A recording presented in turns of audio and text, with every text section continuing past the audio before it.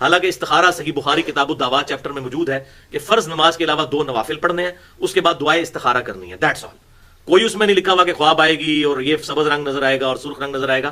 بس اس دعا میں ہی موجود ہے کہ اللہ اگر یہ معاملہ میرے لیے بہتر ہے تو میرا دل اس کی طرف متوجہ کر دے اور حالات میرے لیے سازگار کر دے، اور اگر یہ میری دین دنیا اور معیشت کے اعتبار سے میرے لیے فائدہ مند نہیں ہے تو اس کام کو مجھ سے پھیر دے اور مجھے اس کام سے پھیر دے اور پھر مجھے اس پہ راضی بھی کر دے اپنی تقدیر پہ. That's all. یہ دعا ہے. وہ اللہ تعالیٰ خود بخود اس معاملے کو سیدھا کر دے گا، یا اگر اس معاملے کو ختم کرنا ہے تو انسان کے لیے ایسے حالات پیدا کر دے گا. اس کے علاوہ استخارہ اور کچھ نہیں ہے. یہ تسبیح کے ذریعے استخارہ، اور اللہ معافی دے آج کل تو آن لائن استخارہ ہو رہا ہے. حالانکہ استخارہ جو ہوتا ہے وہ انسان نے خود کرنا ہوتا ہے، کوئی شخص کسی کی طرف سے استخارہ نہیں کر سکتا. اس استخارے کی دعا جو صحیح بخاری کتاب الدعوات میں آئی ہے اس میں تو الفاظ ہی ہیں کہ اللہ میں تیری طرف متوجہ ہوتا ہوں.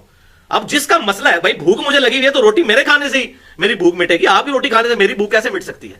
یا جو میرا درد ہے وہ آپ کیسے فیل کر سکتے ہیں؟ آن لائن استخارہ. تو یہ کاروبار کا اور روزی روٹی چلانے کا ایک ذریعہ ہے جو تمام ٹی وی چینلز نے شروع کر دیا ہے اور دین کی بدنامی کر رہے ہیں. اور لوگ بھی پھر دیکھیں دھڑا دھڑ فون کالز کرتے ہیں کہ کوئی شارٹ کٹ مل جائے. مطلب ہم خصوصاً پاکستانی قوم کے بارے میں تو میں کہوں گا بالخصوص کہ یہ ہر معاملے میں شارٹ کٹ کی تلاش میں رہتے ہیں، تو وہ اللہ تعالیٰ کے معاملے میں بھی چاہتے ہیں کوئی شارٹ کٹ ہو جائے.